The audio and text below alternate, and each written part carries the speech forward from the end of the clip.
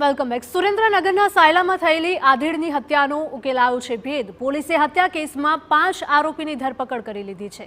જૂની અદાવતમાં આરોપીએ હત્યા કરી હોવાની આરોપીઓની કબૂલાત છે। આરોપીઓએ કારને સામસામે અથડાવીને હુમલો કર્યો હતો।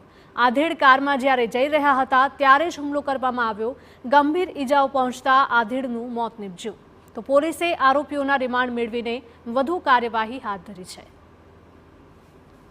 આરોપીઓ જે ફરિયાદ મુજબના છે એમણે પોતે એક સાથે આજે મરણ જનાર રસિકભાઈ અમરાભાઈ કાંગડ છે તેઓ જ્યારે પોતે આયા બોર્ડ તરફથી ઈશ્વરીય પોતાના ગામ જઈ રહ્યા હતા ત્યાં એમને વચ્ચે એક ડમ્ફર અને એક બોલેરો ગાડીથી અટકાવવાનો પ્રયત્ન કરી અને એમની ક્રેટા ગાડીને સામેથી બોલેરો ગાડીથી જે છે એ એક્સિડન્ટ કરી અને ત્યાં ઉતારી અને ત્યારબાદ એમના ઉપર સળિયા વડે હુમલો કરેલો હતો અને ગંભીર ઈજાઓ પહોંચતા આજે રસિકભાઈ છે એમને જ્યારે હોસ્પિટલ લાવવામાં આવેલા તો ત્યાં જ એમને ડૉક્ટર દ્વારા એમને જે છે મરણ ગયેલ હોવાનું જાહેર કરવામાં આવેલું હતું।